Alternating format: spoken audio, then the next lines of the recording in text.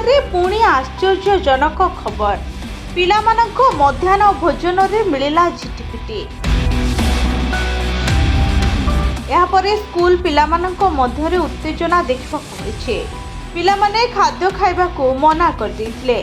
जेतेबेले पिलामानंकर पितामाता यह जानिले सेमाने विद्यालय रे हंगामा करबा आरंभ कर दैथिले एवं मध्याह्न भोजन जगाउथबा एजेंसी विरोध रे कार्यानुष्ठान दाबी करिसेंते।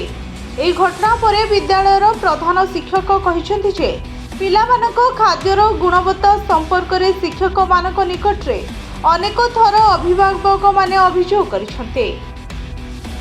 बहादुरगंज सहर अंचलर अधिकांश सरकारी विद्यालय रे सरकार देइथिबा मध्याह्न भोजन योजना एजेंसी द्वारा बंटन करा जाय थाए।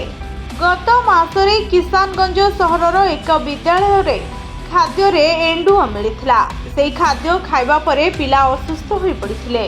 उक्त एजेंसी विरोध रे क्रोध प्रकाश करी स्थानीय अभिभावक माने जिला मजिस्ट्रेट तुषारଙ୍କ ଠାରୁ ତଦନ୍ତ ଓ କାର୍ଯ୍ୟାନୁଷ୍ଠାନ ଦାବି କରିଛନ୍ତି।